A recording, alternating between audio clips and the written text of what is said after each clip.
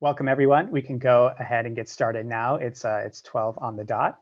Welcome to our legislative briefing webinar, Solar Highways and Parking Lots, hosted by Environment America. My name is Steve King, and I'm Environment California's clean energy advocate. I work on Environment California's clean energy campaigns, including our efforts to achieve a 100% clean energy future by keeping solar growing, by going big on offshore wind, and by conserving more energy. Environment America is a federation of state environmental organizations that includes Environment California. And we're all part of a larger national network of nonprofit organizations called the Public Interest Network. Our mission is to protect our air, our water, and our open spaces, which of course includes advancing critical clean energy solutions like solar power.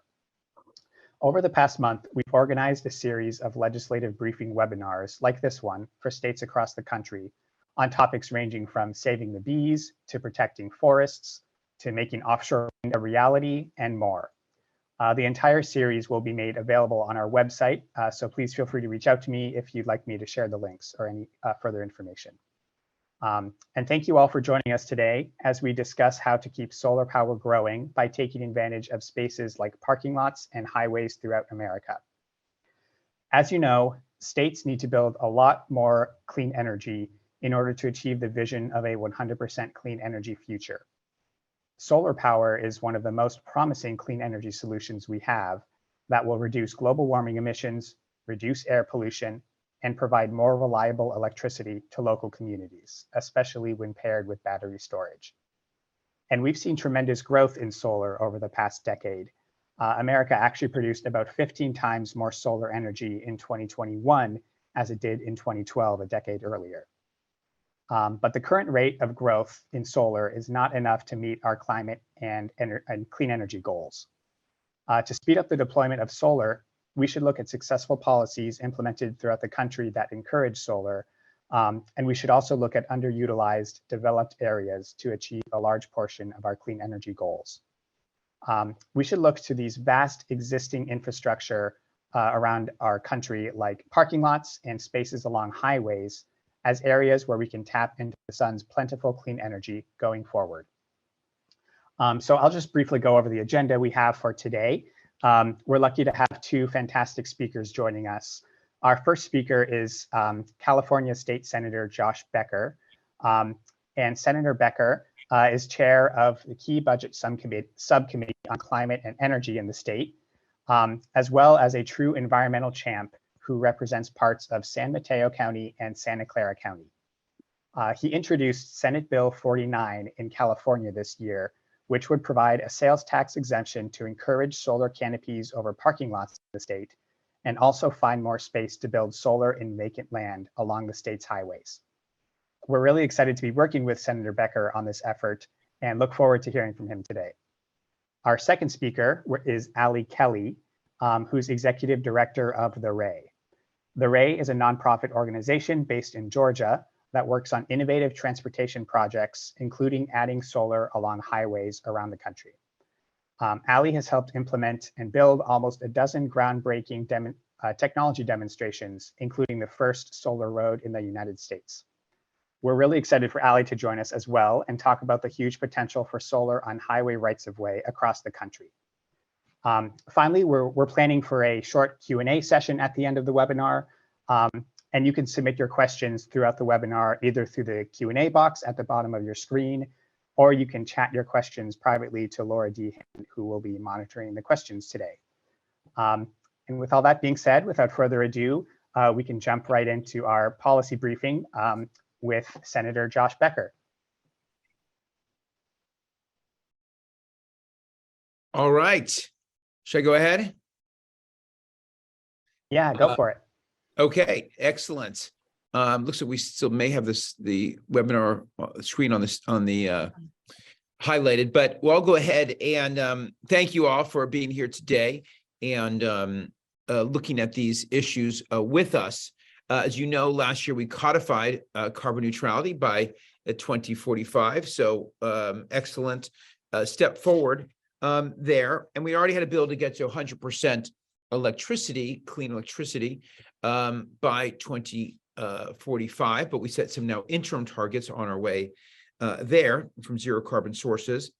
Our state agencies estimate we'll need about 110 gigawatts of new solar to get there, split between utility scale and then a smaller distributed solar. And most studies have shown that even if we do as much rooftop solar as we have space for, we're still going to need a lot more utility scale solar. There just isn't enough rooftop space. And it isn't easy to find space for utility scale solar either. Solar farms use a tremendous amount of land, and that competes with other needs we have for the land. And here in California, we also see resistance from cities and counties refusing to permit solar projects because they're concerned with solar displacing agricultural land or changing the character of the area. And just building a lot of solar in the desert isn't necessarily a great answer there either. Undisturbed land is an important habitat, and allowing solar development there would compete against the state's 30 by 30 goal to protect 30% of the state lands by 2030. So we really need to identify and encourage places where we can build solar that reduce the competition from agriculture and or undeveloped land. So this year I've introduced SB 49 that aims to do this, and we'll talk about this today. It's really a two-pronged strategy. Number one is solar canopies. We will provide a sales tax exemption to encourage the development of solar canopies and energy storage paired with that solar. Solar canopies are a huge opportunity to generate solar without requiring any more dedicated land. The classic example is solar on parking lots, and putting a solar canopy over an existing parking lot is a much more efficient use of space than acquiring that land and using it only for solar. And we're talking about a tremendous amount of space, not surprisingly.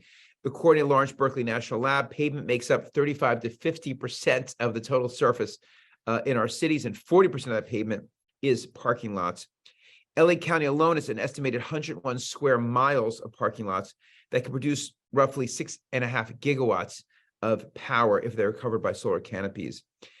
Scaling up to the whole state, if half of the parking lots were covered by solar panels, we estimate it would support 13 gigawatts of solar, more than 10% of the state's total need. If that solar were paired with energy storage so it can support the grid during the evening peak, that would also provide 6 times as much power to support the grid and support grid reliability as does, say, Diablo Canyon. And there's no reason to limit this to parking lots. The goal is to build solar canopies over places where space below can continue to be used for its primary purpose. This could be done over school lunch areas, playgrounds at parks, for example. In fact, solar canopies often make the space below them better, provide shade for parked cars or kids eating lunch, along with generating renewable electricity. Another advantage for solar canopies in urban areas is they're getting power close to where it's needed. As you know, we have massive transmission problems and bottlenecks in this state. Almost 10% of electricity we generate is lost during that transmission because we have to bring it into large distances from rural places. And locally produced solar avoids these losses. And I mentioned the delay in transmission lines already. Given that, why aren't we building more solar canopies? Number one, it's more expensive to build solar canopies right now than to put it on rooftops. Those extra steel poles and frames to hold it up are not cheap. Second, all kinds of distributed solar projects are getting harder to justify financially after California's recent change to net energy metering. So at a time when we need to be accelerating the pace of distributed solar development, we can't be missing this opportunity and making it even harder to build these canopies. So my bill would fix that by making these projects cheaper, with a statewide sales tax rate of 7.25%, and some cities with rates already above 10%. Avoiding that extra cost for solar canopy projects will help make them pencil out for property owners.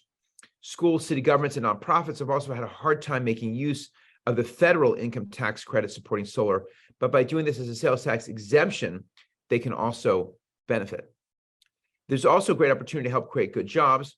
With the passage of AB 2143 last year, these solar canopy projects are all going to be governed by public works rules with prevailing wage requirements consequently. So we're going to create a lot more local solar production, provide shades for cars and kids, and create a bunch of family supporting jobs as well. Secondly, solar and transmission along highways. This is really the second prong of this bill that I referred to. It aims to make more space for building solar in the vacant land that the state controls already along rural highways. It will also help to speed up transmission development so that we can deliver that solar power and lots of other renewable energy being developed around the state by making the land along highways easier to use for transmission lines, which are notoriously very difficult to do, as we all know, on private lands.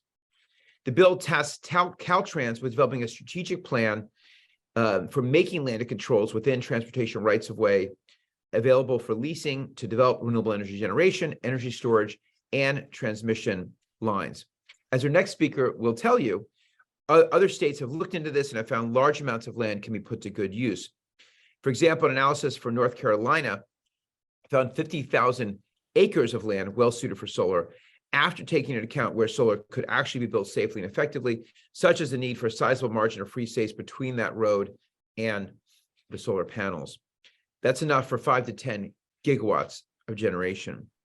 We won't know how much space is available in California until that detailed study can be done. So my bill calls for Caltrans to study the land controls and set targets for the amount of generation capacity for which that land could be leased by 2030 and then again by 2045. Then it requires Caltrans to report progress against those targets so that we can make sure it's happening. Overall, this isn't really necessarily a new idea in California. Caltrans commissioned a study that was completed by a team at UC Merced at the time that I think I was still on the board there in 2020 that looked at the rules and regulations and best practices around this for developing solar in rights of ways. However, this has not led to a clear path yet to open up large amounts of that land for solar development. Also, there's national support for this approach. In April 2021, the Federal Highway Administration issued guidance to encourage state departments of transportation to use highway rights of way for, quote, pressing public needs relating to climate change, unquote. And it included renewable energy generation and electrical transmission and distribution projects. And again, that was from April 2021. So besides opening up much needed land for solar power, leasing land and rights of way can also be a source of both revenue and cost savings for the state. Based on the amount charged by Massachusetts for leasing land for solar development within its rights of way, California could earn tens of millions of dollars from leasing this land.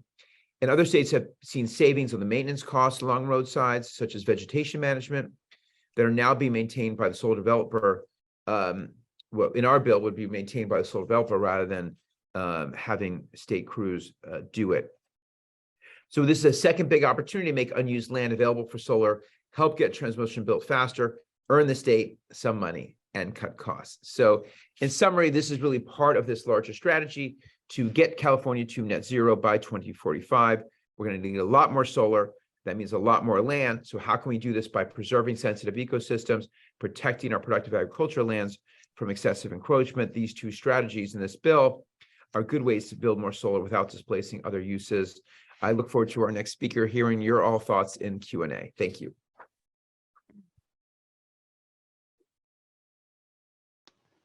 Thanks so much, Senator Becker. And Ali, feel free to take it away now. Thank you so much. I'm going to try to rely on some slides.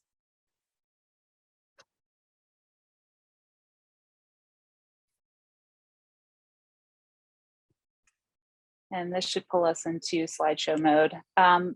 Senator Becker, those were fantastic remarks, and the Ray is so honored to be a part of this event and so honored to support your legislation. I want to say right from the beginning, thank you, Environment California. Your work is inspiring to us at the Ray, inspiring to the East Coast. I'm really honored to be a part of this conversation. Just showing you a national map of where the Ray works. While we were started in Georgia about 8 years ago as a nonprofit organization, we now have formal and informal partnerships in 25 states across the country. And as a nonprofit organization, our model is to facilitate projects that support clean, safer, more efficient transportation, and to do that with philanthropy. So we have expanded the public-private partnership model, or the P3, to include philanthropy, and we call this the P4. I show you this map so that I can tell you that the most popular project set in our portfolio across the country in a number of these states is the right-of-way utilization for energy infrastructure. Senator Becker mentioned an April 2021 memo from the Federal Highways Administration and did such a great job of describing how impactful and influential this memo, its really guidance, has been. For the first time ever, Federal Highways has created a priority class of projects that is as important as expanding capacity on our interstate and highway lanes. So a class of projects called clean energy and connectivity projects, which includes right-of-way transmission and distribution, right-of-way fiber, and right-of-way solar. These projects now have the same import, the same priority as adding another lane. And something that I will add to the conversation that Senator Becker just engaged us with in this memo and this guidance is that it essentially includes mansion-style permitting reform. It's already included in this guidance document. Federal Highways has said that these projects are so important to the social and environmental good of this planet and of this country that Federal Highways will facilitate permitting and environmental reviews and essentially encapsulates permitting reform for these clean energy and connectivity projects and performed in the right-of-way. This is what right-of-way solar looks like in the state of Georgia. I wish I could say that we were the first. I wish I could say that Georgia were the leaders. We're actually the third state to incorporate right-of-way solar, following Oregon DOT, which began their program in 2008, followed by Massachusetts DOT, which executed 7 or 8 sites in the 2010s. And I go through that history to let you know that there is a lot of data about performance of these sites. We understand how solar is compatible and aligned with the right-of-way land area on our interstate and highway system. And as we move forward, not only in Georgia, but as other states are onboarding and installing renewable energy assets in their right-of-way, the data set grows and the performance is successful. I will tell you about this Georgia site. It is the first pollinator-friendly roadside solar in the country. This is an important aspect for us to demonstrate in this site, which is located on the Ray Highway on Interstate 85 in a western rural part of the state. Blueberry farms are adjacent to the site and providing a 35-year conservation arrangement for pollinator habitat to support bees and butterflies that will make those farms, those family farms for blueberries, more productive and more successful was a key consideration in designing this site. The other aspect of this site is that it delivered a safety benefit to the interstate system. In rural West Georgia, we have very few highway lighting areas on our interstate system. And this interchange at exit 14 was on a 12-mile stretch of unlit interstate where we had a number of animal strikes with deer trying to cross the interstate.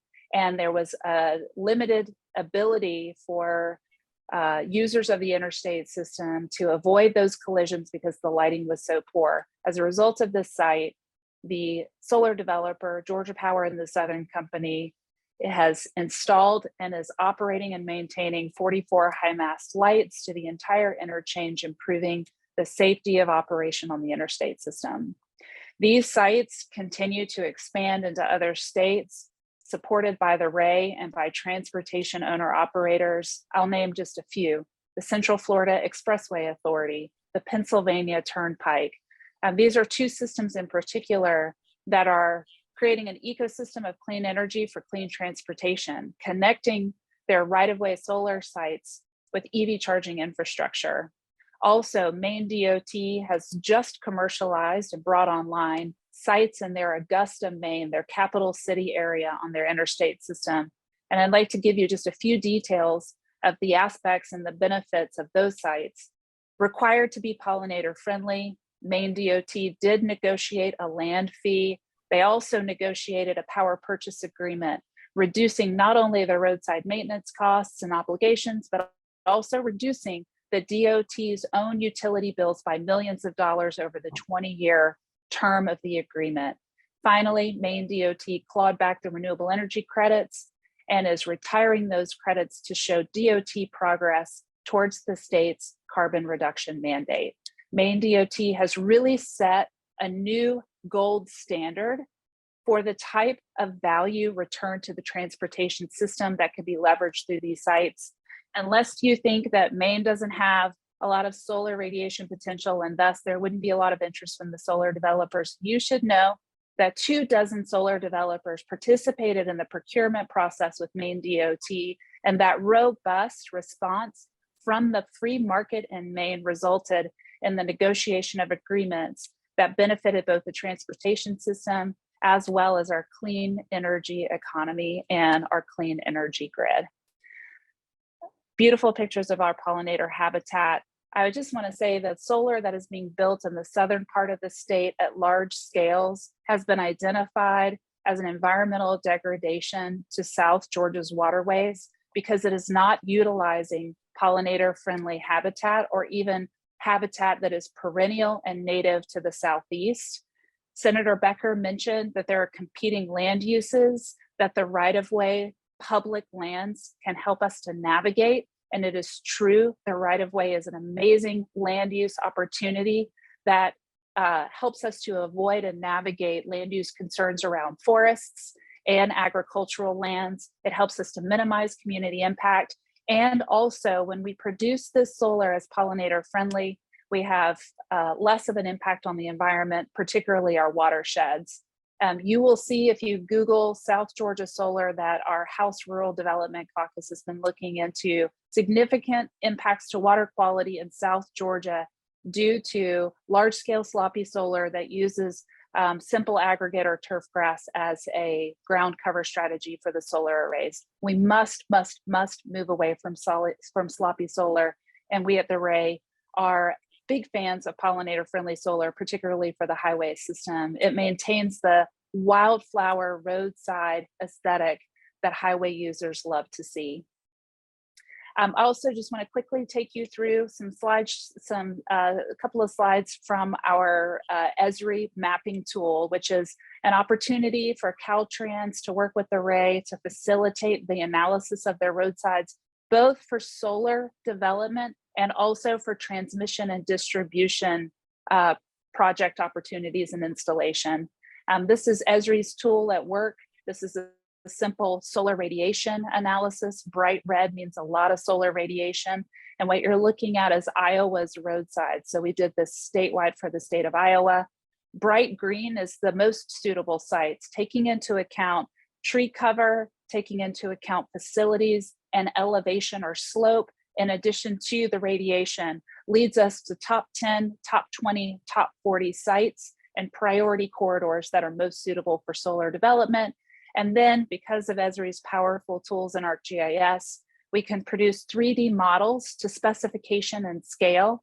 And then using an avatar, we can go inside those solar arrays on the real parcels on the roadsides. This is real data-driven results in 3D modeling, and we can anticipate other community impacts, and we can lessen those community impacts. You've just seen a couple of slides where we identified that there was an interruption to the view shed from a solar site that we built on the roadside in Iowa, and thus we adjusted the solar site to preserve the view shed.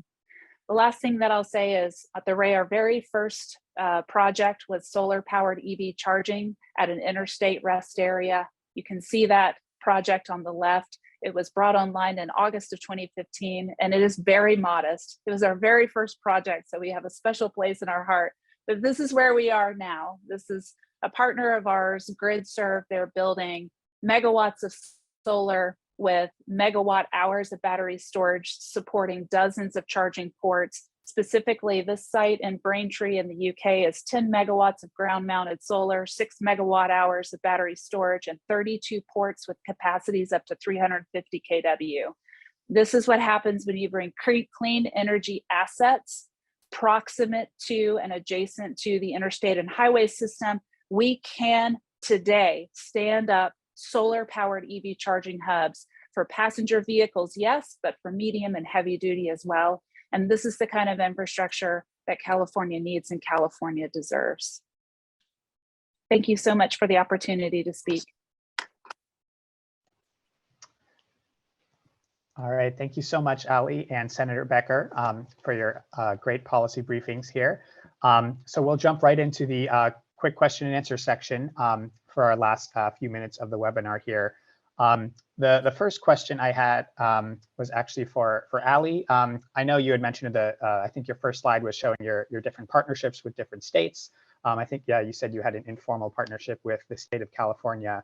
I was just wondering, how would you characterize California's progress on right-of-way solar so far?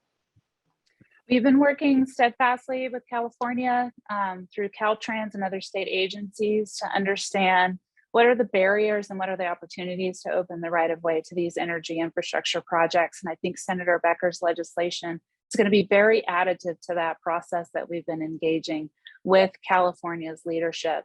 And I think that it will help to accelerate progress towards the ultimate goal of understanding the scale at which California can stand up clean energy infrastructure using the public's own right-of-way, which today is woefully underutilized.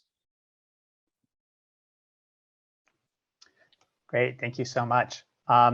So the next question we got here in the Q&A box, one attendee said they've always felt a great place to locate solar panels is on the rooftops of warehouses because these buildings are usually large and they get a lot of sun exposure.